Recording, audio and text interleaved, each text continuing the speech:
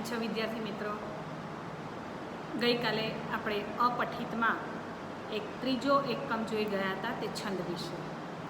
છંદ વિશે 2 દિવસ આપણે છંદ વિશેની વાત કરી. હવે આપણે 2 દિવસ અલંકાર વિશેની વાત કરીશું. એમ ઓલ્ટરનેટ આપણે આ પેપરના સિલેબસમાં આગળ વધતા રહીશું. આપણે જોઈ ગયા કે છંદમાં પણ કેટલાક પસંદગીના છંદોનો અભ્યાસ કરવાનો છે. એવી રીતે અલંકારમાં પણ આપણે કેટલાક પસંદગીના અલંકારોનો અભ્યાસ કરવાનો છે. પસંદગીના જે અલંકારો છે એ અલંકારોમાં આપણે જોઈએ હમણાં કે કયા કયા અલંકારો છે. અલંકાર વિશેની આપણે ચર્ચા કરીએ એ પહેલાં આપણે જે અભ્યાસક્રમમાં જોવાના છે તે ઉપમા અલંકાર, રૂપક, ઉત્પ્રેક્ષા, સસંદેહ, વર્ણાનુપ્રાસ, શબ્દાનુપ્રાસ, અંત્યાનુપ્રાસ, અપહૃતિ અને દૃષ્ટાંત. આટલા છંદોનો અભ્યાસ આટલા અલંકારોનો અભ્યાસ આપણે આ સિલેબસમાં કરવાનો છે. તો આમાં બધા જ 2 પ્રકારના અલંકારો છે. એમાં શબ્દ અલંકારો પણ છે કેટલાક અભ્યાસમાં અને અર્થ અલંકાર પણ છે અભ્યાસક્રમમાં. અલંકાર એ સાહિત્ય સર્જનની પ્રક્રિયાનું એક તત્વ છે. જેમ છંદ છે, પ્રતીક છે, કલ્પન છે, પુરાકલ્પન છે, એવી જ રીતે અલંકાર પણ સાહિત્ય સર્જનની પ્રક્રિયાનું એક તત્વ છે અને એ લોકપ્રિય છે. અલંકાર એ શબ્દ સૂચવે છે કે આભૂષણ. આમ તો સંસ્કૃત શબ્દ અલમ વત્તા કૃ ઉપરથી ઉતરી આવેલો આ અલંકાર શબ્દ છે અને એનો અર્થ આભૂષણ એવો થાય છે. અલમ ક્રિયતે અનેન ઇતિ અલંકાર, એટલે કે જેના વડે સાહિત્યકૃતિ શોભી ઉઠે તે જ અલંકાર. દંડીન પણ કહે છે કે કાવ્ય શોભા કરાન ધર્માન અલંકારાન પ્રચક્ષતે, એટલે કે અલંકાર એ કાવ્યમાં સુંદરતા લાવનારું એક વિશિષ્ટ તત્વ છે. કાવ્યમાં સીધા સાદા કથનથી વૈચિત્ર્ય કે સૌંદર્ય જન્મતું નથી. એટલે પોતાના અનુભવની સુંદર અને સચોટ અભિવ્યક્તિ માટે કવિ અલંકારનો આશરો લે છે. શ્રી જયંત કોઠારી એ તેમના ભારતીય કાવ્ય સિદ્ધાંતમાં કહે છે કે પોતાને અભિપ્રેત વક્તવ્ય એ સચોટતાથી વ્યક્ત કરવા માટે કવિ અલંકાર પ્રયોજે છે. દાખલા તરીકે બાલમુકુંદ દવે અમાસની મધરાતનું ચિત્ર અલંકારના પ્રયોગથી એટલું જીવંત અને પ્રભાવક રીતે ઉપસાવે છે કે આપણને આકર્ષે છે. જેમ કે રમણે ચડેલ આજ ભાડી, રમણે ચડેલ આજ ભાડી, મધરાત મેં તો રમણે ચડેલ આજ ભાડી. જુઓ કેટલું આકર્ષણ છે. બિલડી જુવાન જોધ કાળી, ભીલડી જુવાન જોધ કાળી, મધરાત જાણે ભીલડી જુવાન જોધ કાળી. એટલે જાણે એવો શબ્દ મૂકીને જો ઉત્પ્રેક્ષા અલંકારમાં આ મધરાતની અમાસની મધરાતનું જે ચિત્ર બતાવ્યું છે એ ખરેખર એકદમ જીવંત આપણને લાગે છે અને આ જ છે એ અલંકાર. રમણે ચડેલ કાળી જુવાન જોધ ભીલડીની સાથે એ અમાસની મધરાતને સરખાવતી સંભાવનાનો ઉપયોગ એ કથનની સરસતાને એવી અસરકારક રીતે દ્રઢાવે છે આ પંક્તિમાં. એટલે જ વિષ્ણુપ્રસાદ ત્રિવેદી અલંકારનું કાર્ય સમજાવતા કહે છે કે અલંકાર એ રમ્યતા અને આકર્ષણ વધારવા માટે કવિ વાપરે, પણ મોટે ભાગે તો તે ભાવના સત્યના આવિષ્કાર માટે આવશ્યક છે. હરીન્દ્ર દવે પોતાની એક કવિતામાં પ્રિયજનની સ્મૃતિને વર્ણવવા માટે ઉત્પ્રેક્ષા અલંકારનો સહારો આ રીતે લે છે અને એ પંક્તિઓથી તમે સૌ પરિચિત છો. અને આ જે પંક્તિઓ છે એટલે હરીન્દ્ર દવેની આ જે કવિતા છે એ કવિતા નવરાત્રિમાં પણ ગરબાના રૂપમાં સરસ રીતે ગવાય છે અને એના તાલે બધા ગરબા ગાય છે. જેમ કે પાન લીલું જોયું ને તમે યાદ આવ્યા, પાન લીલું જોયું ને તમે યાદ આવ્યા, જાણે મોસમનો પહેલો વરસાદ, જાણે મોસમનો પહેલો વરસાદ એક તરુણ પોળ્યું ને તમે યાદ આવ્યા, પાન લીલું જોયું ને તમે યાદ આવ્યા. આમ ચૈત્ર અને વૈશાખની ધોમધપતી ધરતી પર મોસમનો પહેલો જ વરસાદ માટીને જેમ મહેકાવી દે છે, એમ પ્રિયની સ્મૃતિ અસ્તિત્વને એકદમ ઉલ્લાસિત કરી મૂકે છે. આ ભાવની અભિવ્યક્તિમાં અલંકારના ઉપયોગે કેવી સરસ સહાય કરી છે એ આપણે જોઈ શકીએ છીએ. તો જયંત પાઠકના મતે સર્જક પોતાના અનુભવને જ્યારે શબ્દ રૂપ આપે છે ત્યારે ઘણીવાર અનુભવનું શબ્દમાં પ્રતિનિધાન કરવા જતાં એને જે ઓછપ વર્તાય છે એ ઓછપની ખોટ પૂરવા માટે અલંકાર વગેરે પ્રયોજિતો હોય છે, એમ જયંત પાઠક કહે છે.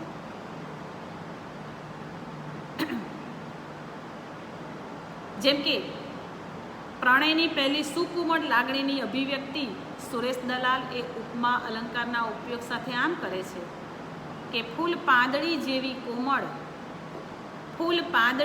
જેવી કોમળ મત પવનની આંગળીએથી લાવ નદીના પટ પર તારું નામ લખી દો.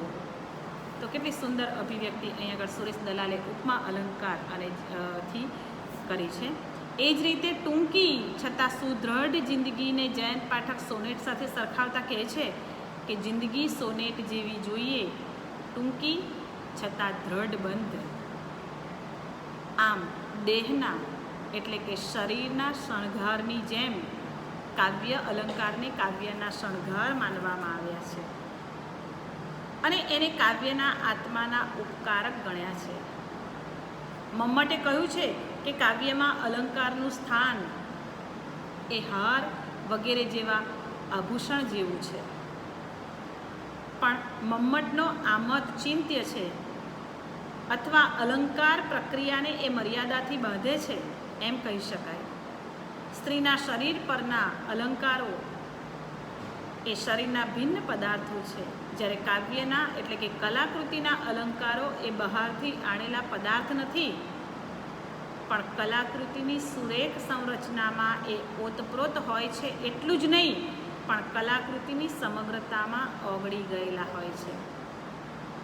એટલે કલાકૃતિના સમગ્ર શિલ્પથી બહારના આગંતુક પદાર્થ લેખે એમને વિશે વિચારી શકાય નહીં. અને કુંતક પણ એટલે જ કહે છે કે કાવ્ય પુરુષ સાલંકાર જ જન્મે છે. શ્રી વિષ્ણુ પ્રસાદ ત્રિવેદીએ પણ આ જ વાત કહી છે કે અલંકાર એ કાવ્યનું ઇષ્ટાર્થ આભૂષણ નથી કે યથેચ્છ પહેરાવીને કાઢી શકાય. અલંકાર આગંતુક નથી, પણ કવિ સંવેદનનો જ એક અંશ છે. કર્ણને તેના જન્મ સાથે જ કવચ અને કુંડળ મળેલા, એ જ રીતે અલંકાર પણ કાવ્યના સર્જન વખતે સહજ રીતે એકરૂપ બની આવે એમાં જ એની સફળતા છે, એમાં જ એનું સાર્થક્ય છે.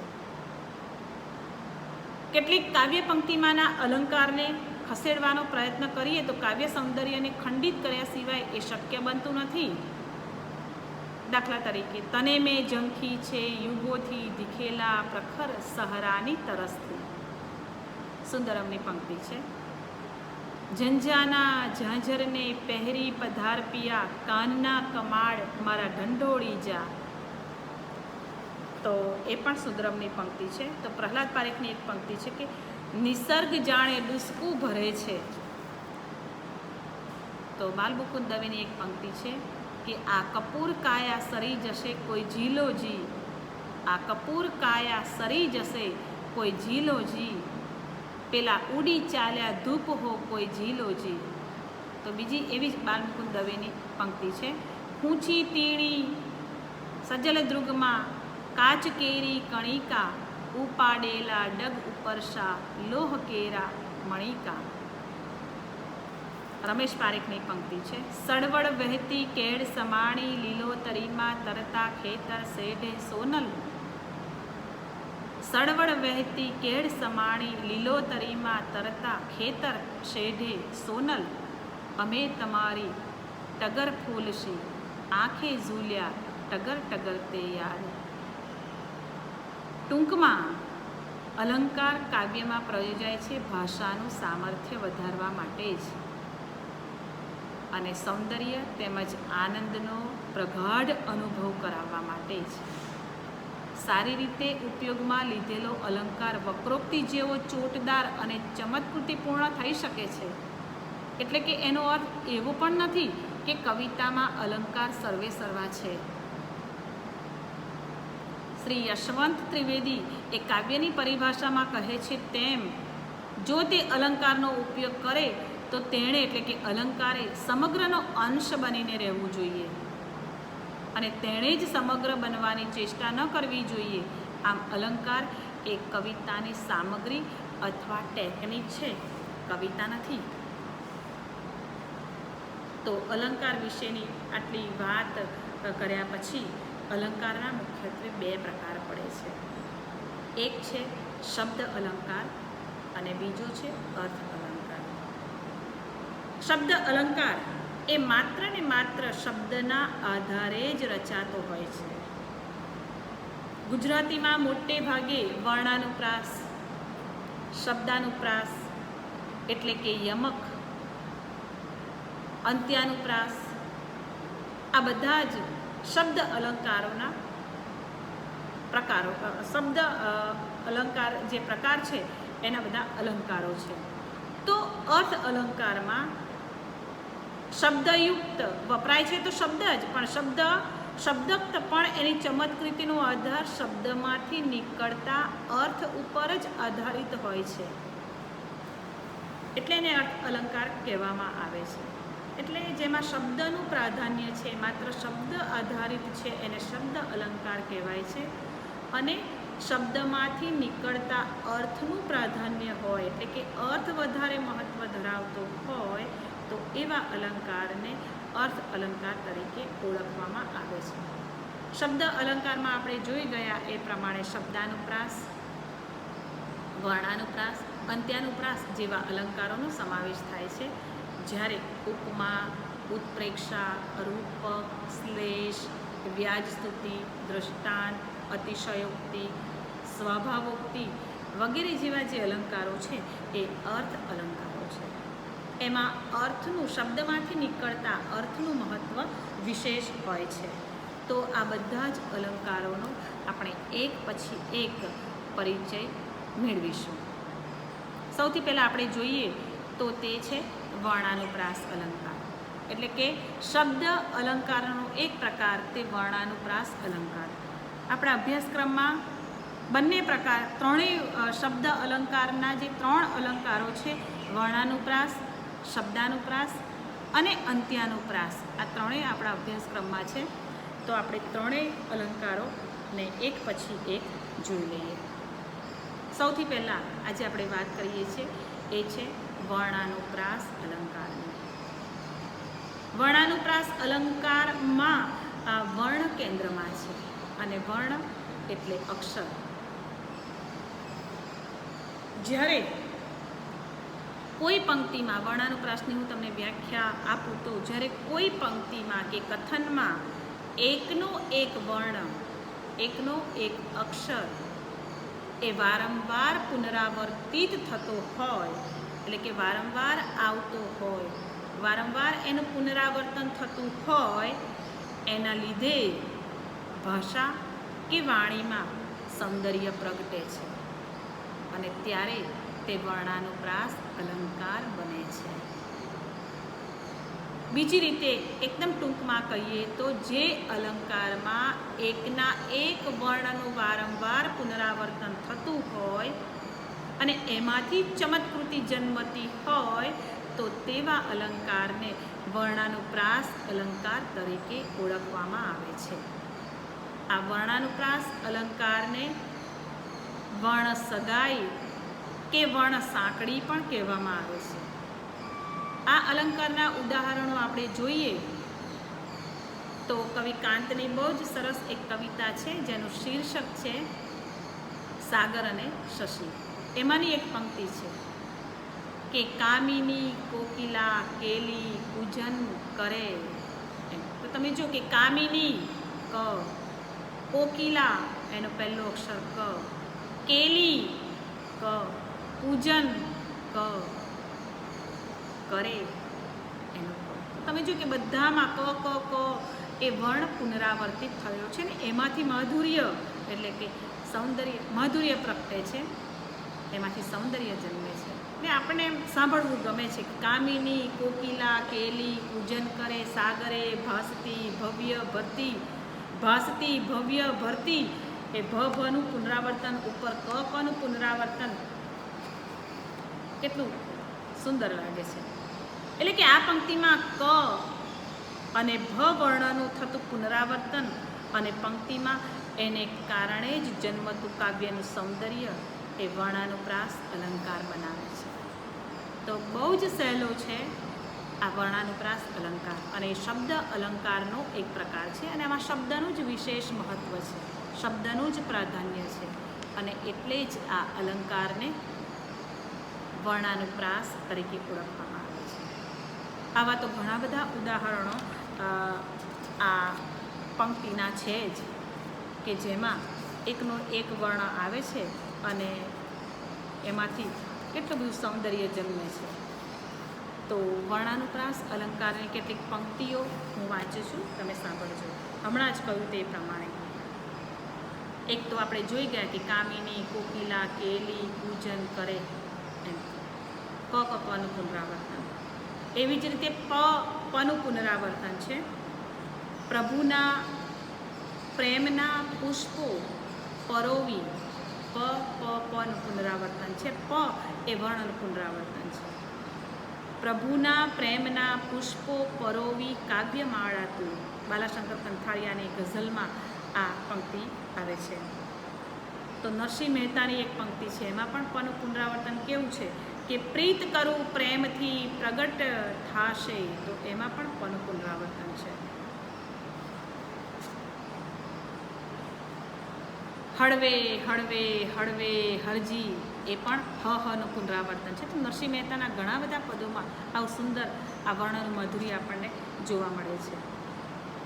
કૃષ્ણલાલ સિદ્ધરાણીની એક પંક્તિ છે કે ઝંપવું ન જાલી મોય ઝંપશે ન સૌ ખુવાર, તો જ એનું પુનરાવર્તન આપણને જોવા મળે છે.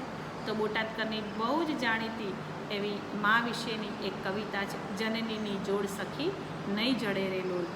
એમાં જે જનનીની જોડ સખી નહીં જડે રે લોલ, જનું એમાં પુનરાવર્તન છે. મીઠા મધુને મીઠા મેહુલા, એથી મીઠી મોરી માત, તો મ એ વર્ણનું આ પુનરાવર્તન આવે છે. તો એ પણ આની સુંદર પંક્તિ છે.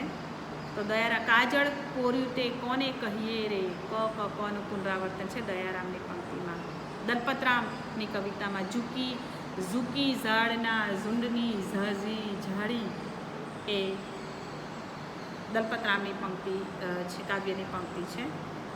અને ઉમાશંકર જોશીની પંક્તિમાં પણ વનું પુનરાવર્તન કેવું હોય, વાણિજ્યમાં વાસ વસંત લક્ષ્મી, તેના નિમંત્રે નિજ નાશ સ્વાર્થથી. તો ઉપરની પંક્તિમાં વાણિજ્યમાં વાસ વસંત, તો વનું કેવું પુનરાવર્તન આવે છે. તો આ જે રીતે એકનું એક વર્ણ પુનરાવર્તિત થતો હોય ને એમાંથી ચમત્કૃતિ જન્મતી હોય, તો તેવા અલંકારને વર્ણાનુપ્રાસ અલંકાર કહેવામાં આવે છે. મેં તમને કહ્યું એ પ્રમાણે કે એને વર્ણ સગાઈ અને વર્ણ સાંકળી, વર્ણોની સાંકળ એમાં બંધાય છે, અને એ રીતે એમાંથી કાવ્યનું સૌંદર્ય જન્મે છે. તો વિદ્યાર્થી મિત્રો, અલંકારના બે પ્રકારોમાંનો એક પ્રકાર તે શબ્દ અલંકાર, અને શબ્દ અલંકારને માં જે વર્ણાનુપ્રાસ અલંકારનો સમાવેશ થાય છે એની ચર્ચા કરી. હવે વિશેષ આવતીકાલે શબ્દાનુપ્રાસ એટલે કે યમક અલંકાર વિશે વાત કરીશું. તો અત્યારે આટલું જ. આવજો મિત્રો.